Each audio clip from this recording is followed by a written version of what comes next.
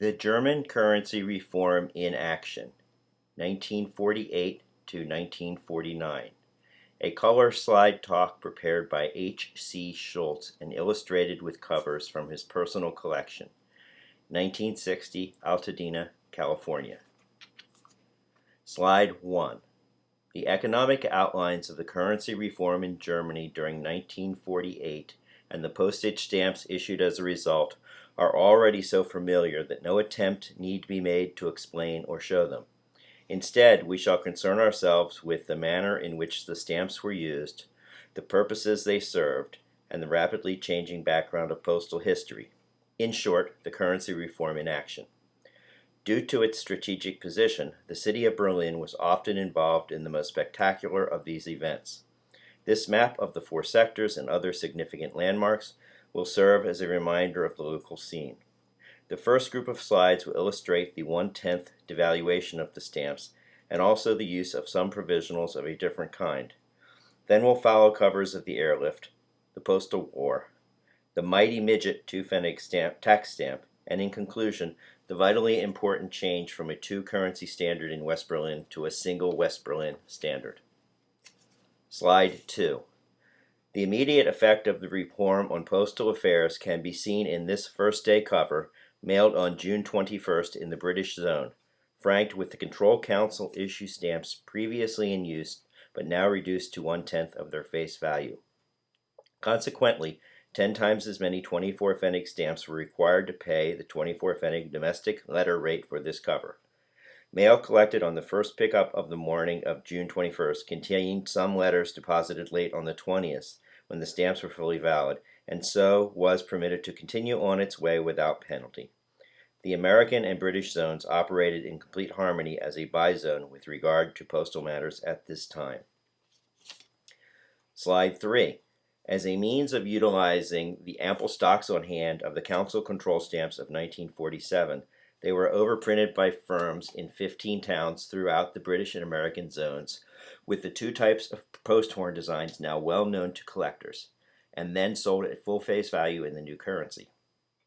The card shown is a first-day use from the British zone of the post horn overprint in conjunction with the equally valid 1/10 face provisional, making the correct postal card rate of 12 Pfennig.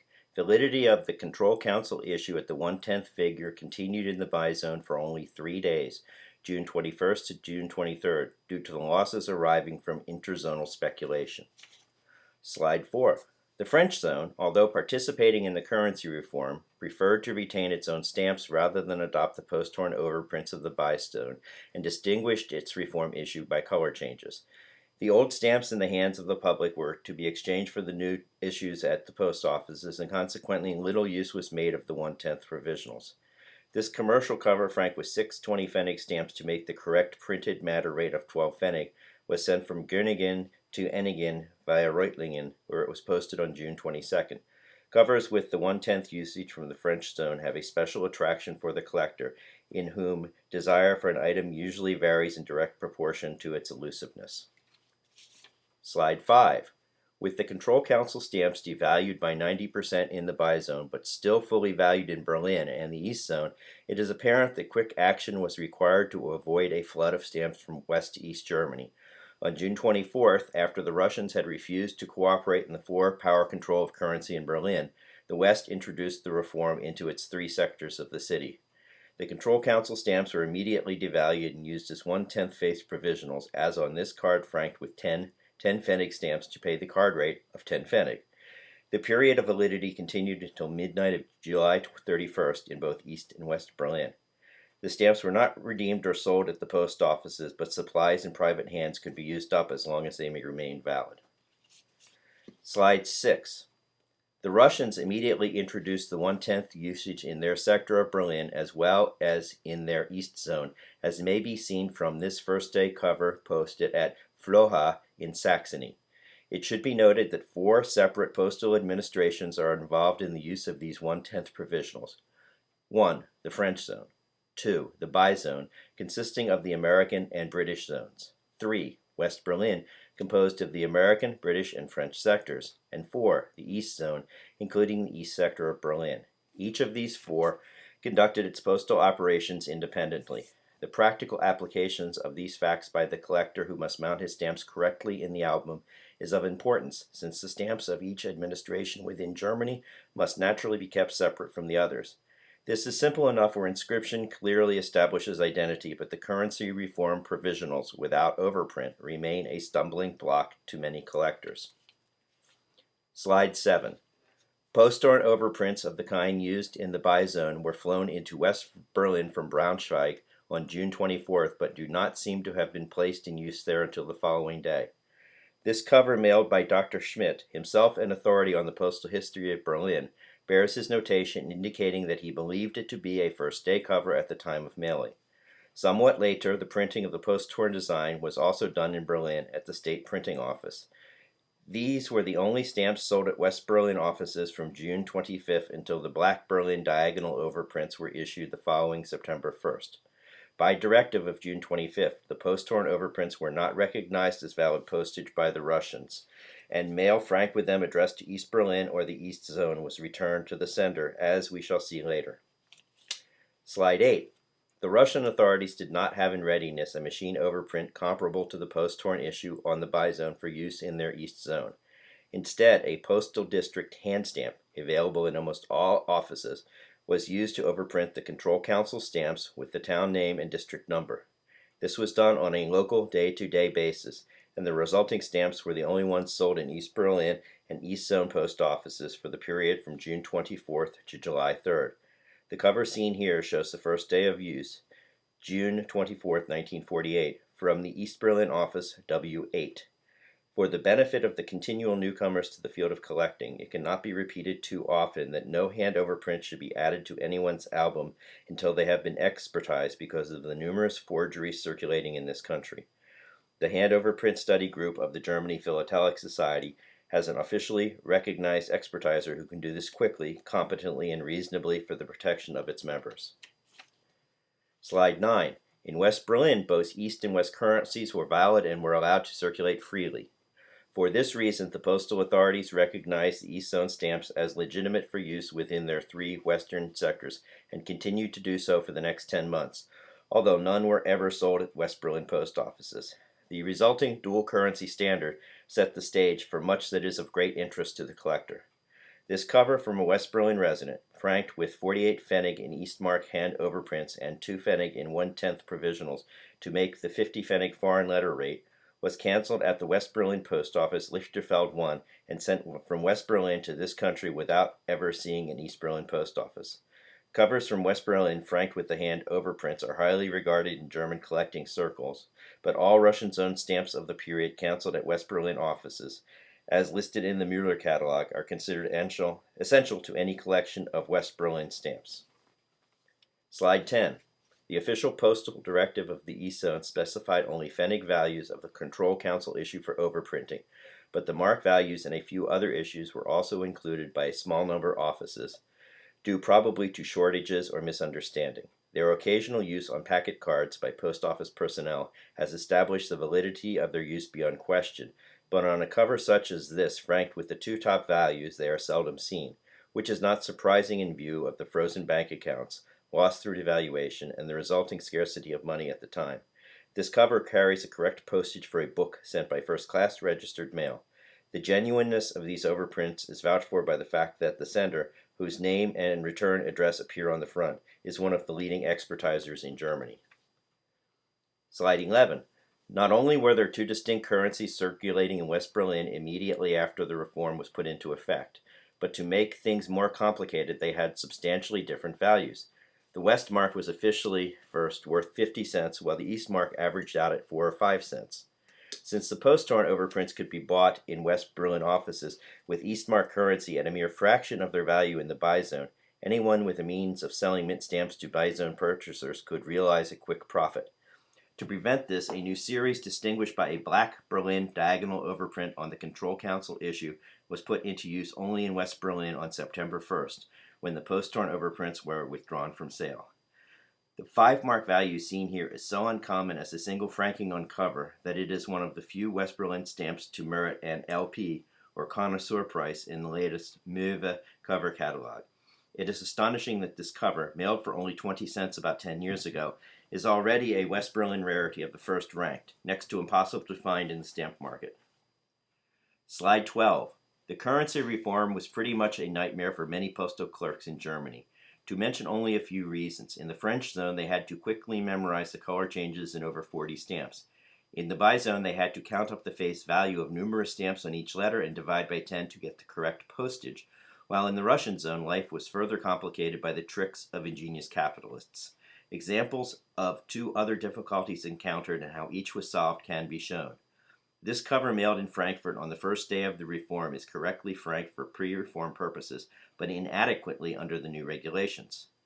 The clerk wrote down the full amount of postage due, 24 Pfennig, including the penalty, but then recalled that the 16 Pfennig stamp did have a value of at least 1 Pfennig, and so changed his figure from 24 to 23, but perhaps not until a thrifty addressee had argued him into it. Slide 13. The other example carries one of those official post office labels that never get into the album but often tell us so much more about the actual operation of the mails than a stamp can.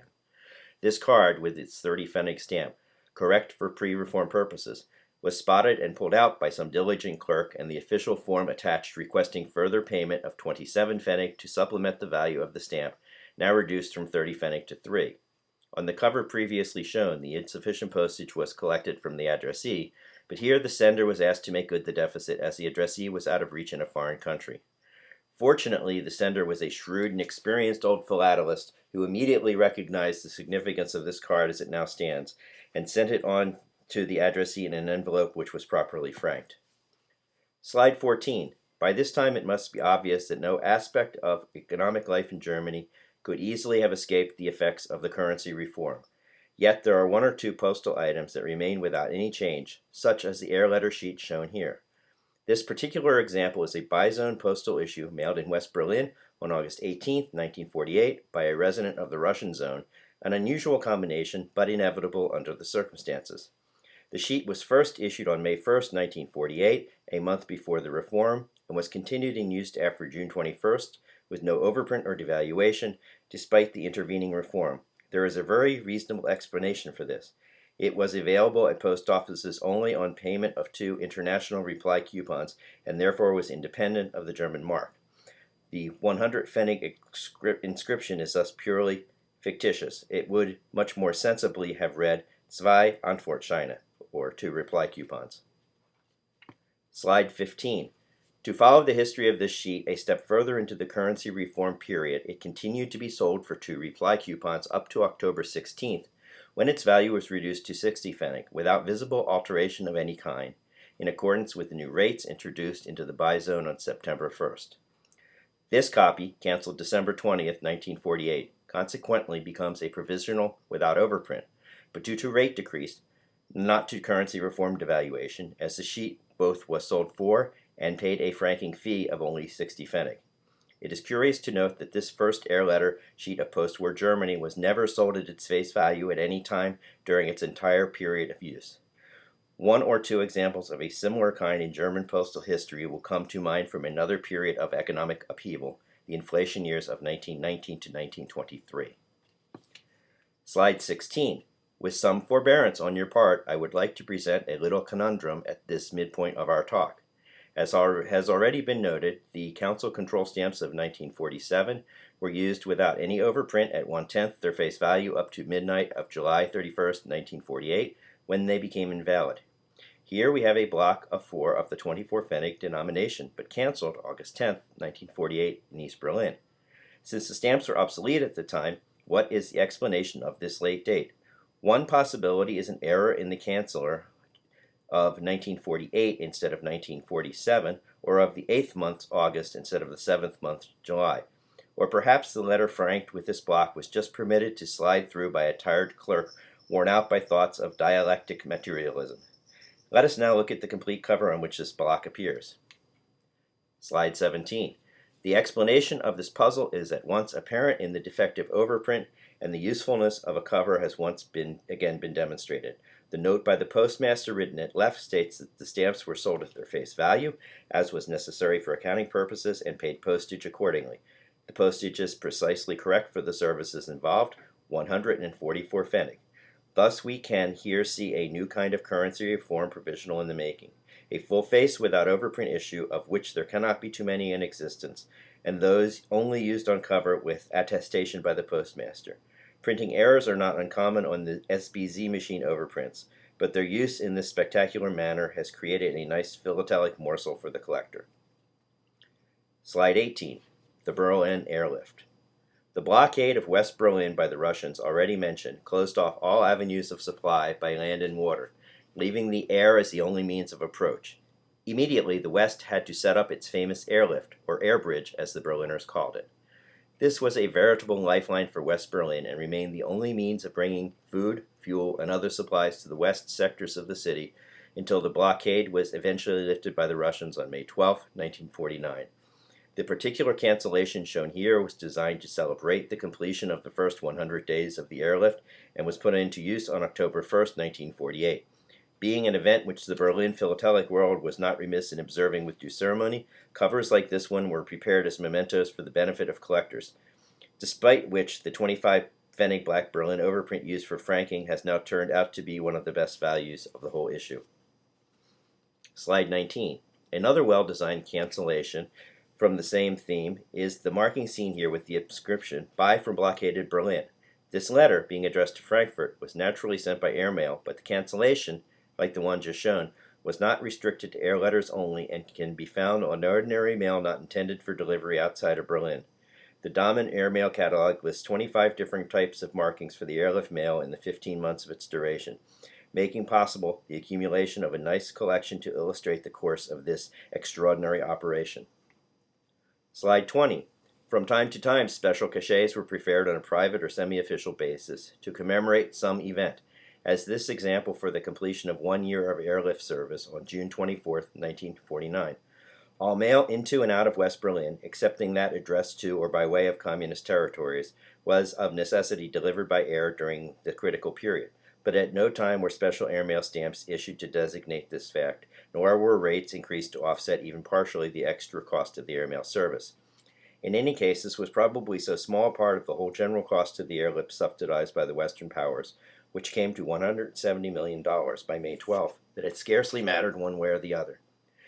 It was on May 12, 1949, that the blockade was finally abandoned by the Russians, but the airlift was allowed to taper off gradually until September 30th, a fortunate decision because a strike of the railroad workers tied up transportation again from May 21st to June 28th.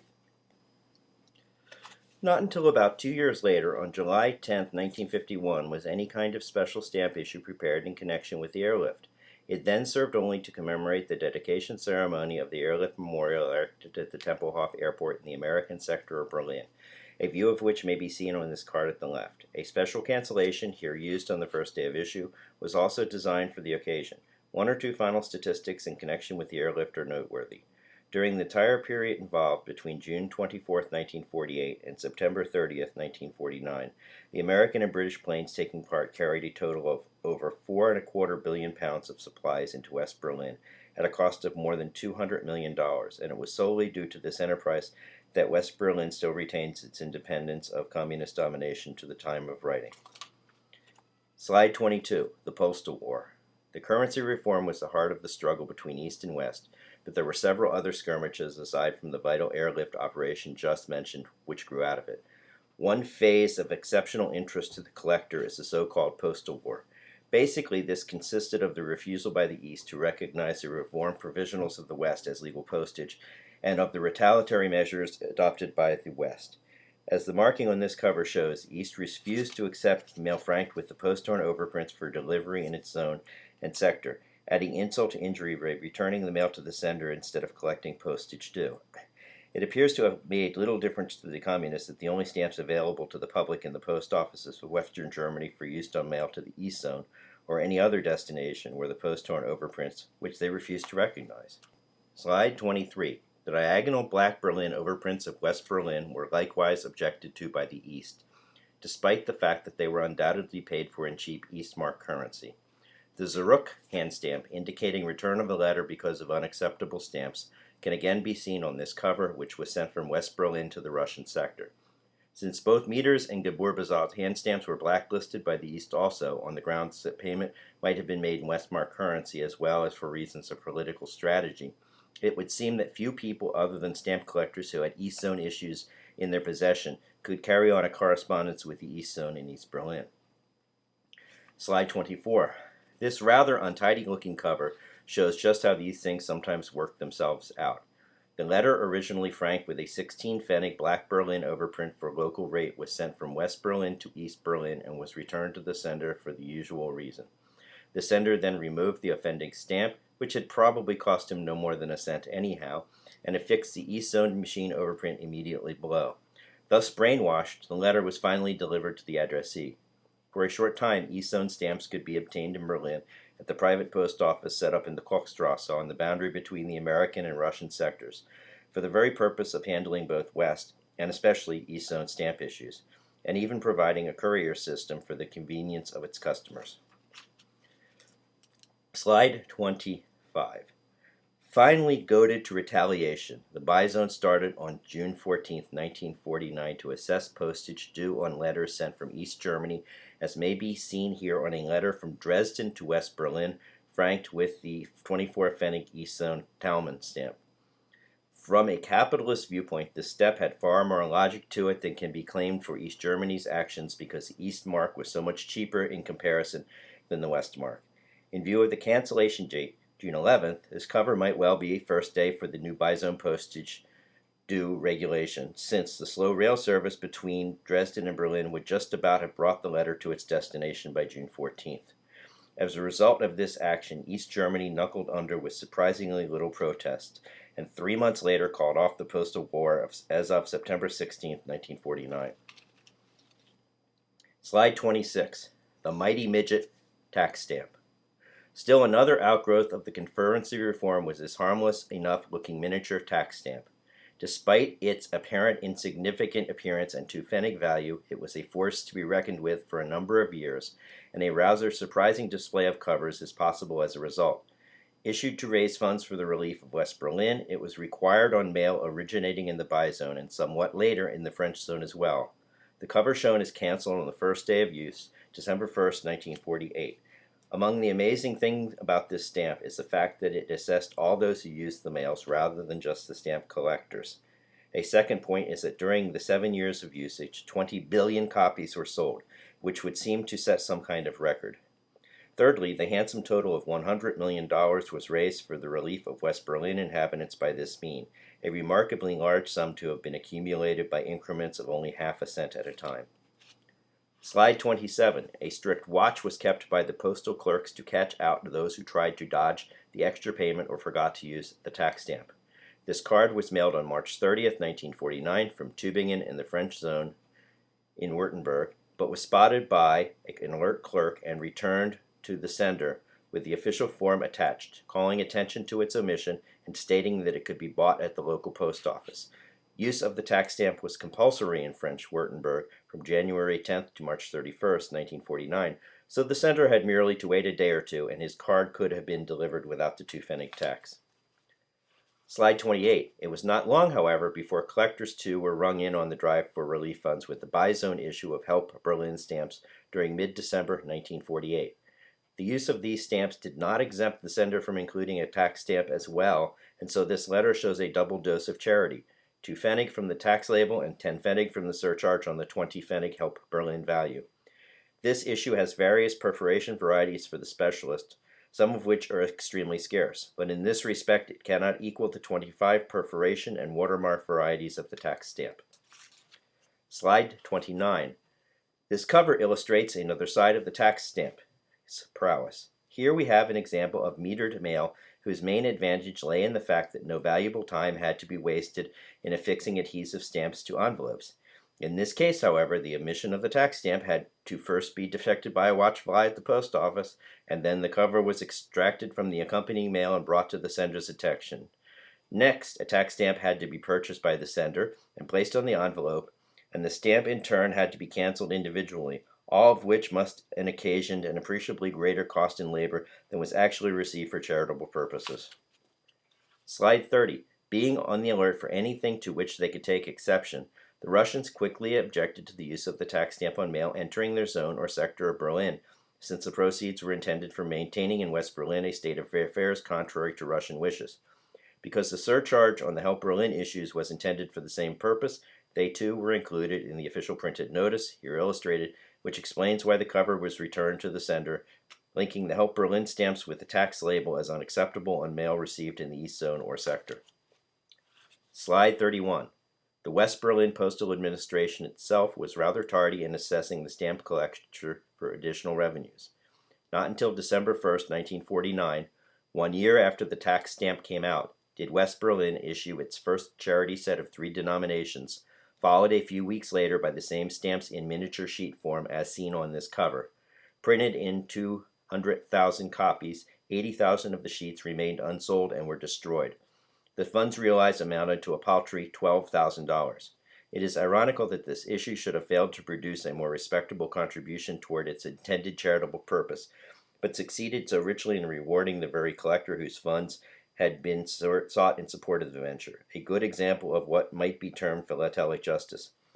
With the total quantity of sheets now in collectors' and dealers' hands worth more than $3 million net, and constantly increasing, the destroyed remainders will eternally haunt us as a golden opportunity we failed to recognize. Slide 32. The currency changeover from double to single standard. The transition from a double currency standard in West Berlin to the Westmark alone lasted from mid-December 1948 to mid-March 1949 and resulted in some excellent material for the album. The first step, taken on December 28, 1948, required payment for registration in West currency. Since the new Westmark stamps with red overprint were still on the press, use of the black overprint was continued provisionally for registration purposes, with a hand-stamped W or West often applied to the registering label, as on the cover here shown. The two 30-pfennig denominations paying the registry fee are therefore West currency stamps. The 24-pfennig letter rate denomination is an East currency stamp. The added value that stamps can acquire on cover is well illustrated here. After being soaked off, they would be worth about 25 cents. But on cover and with this usage, which lasted for 23 days, the catalog lists a price of $27.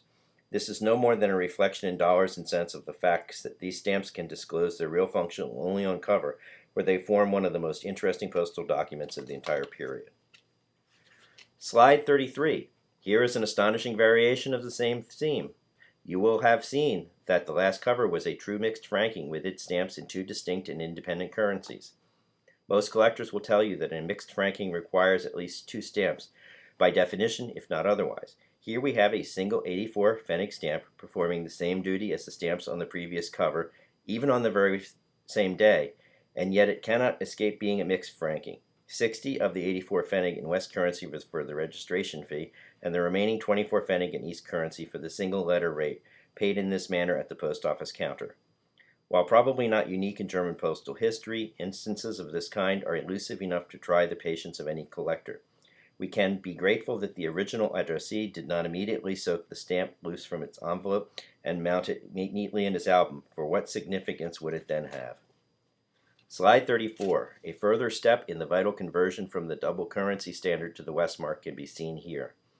The 24 pfennig black overprint still represents the cheap Eastmark, but the new red overprint on the 60 pfennig registration value, first issued on January 20th, 1949, was sold only against Westmarks. Again, we have the same kind of mixed franking as seen in the last 2 slides, but now apparent to anyone from the differences in color of the overprint. By March 21st, the entire series of Westmark red overprints was on sale at the post offices. 10 days later, the black overprint was declared obsolete, and cheap Eastmark postage was the thing of the past for West Berliners. Or was it? Slide 35. The extraordinary postal happenings of the year just past had sharpened the wits of many persons in West Berlin, and they were not long in finding further bargains in the contrasting currency rates of 1 Westmark equal to 5.80 Eastmarks then in effect. One such possibility was to use the cheap Eastmark stamps, but to most postmail so franked in the East sector post offices instead of West sector boxes. Such was the case with the letter shown here, written by a resident of Berlin-Wilmersdorf in West Berlin, franked with an East Zone stamp, and sent to this country by way of the East Berlin office W9. In Westmark currency, the postage would have amounted to 12 cents, but in Eastmark, the letter cost only about 2 cents. In this manner, 5 or 6 pieces of mail could be sent through East Berlin for the cost of one letter posted in West Berlin, a considerable saving for anyone with much correspondence. Slide 36. Here is an even more cunning maneuver. This letter was sent by a resident of West Berlin, whose correct address in Berlin-Wilhelmsdorf is stamped on the back, as is customary, to another resident of West Berlin living in District N20 in the French sector. Instead of franking his letter with expensive West Berlin stamps and mailing it there, the sender used cheap Eastmark stamps and posted it in East Berlin, where it was canceled at Office W8, all at a considerable savings percentage-wise. The postal officials of West Berlin soon discovered this kind of trickery going on and refused to deliver such letters, but were powerless to stop similarly franked mail addressed to East Germany or to foreign countries from being posted in East Berlin.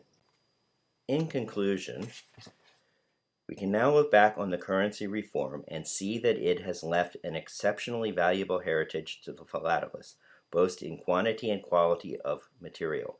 In quantity, a minimum of 430 different stamps resulted from the reform, omitting over 20,000 Russian zone hand overprints. So far as quality is concerned, we have two ways of measuring this, and the reform was more than obliging in both. Some collectors prefer to think of quality in terms of dollars and cents, and it can certainly bring much joy to the hearts of those who got in on the ground floor to see the tremendous increase in their original investment. Others, however, prefer to probe for values into the background of a stamp or cover and find their satisfaction in digging out the facts that explain the all-important whys and wherefores, as has been attempted in this talk. In either case, the currency reform has provided a rich reward for the collector. The end.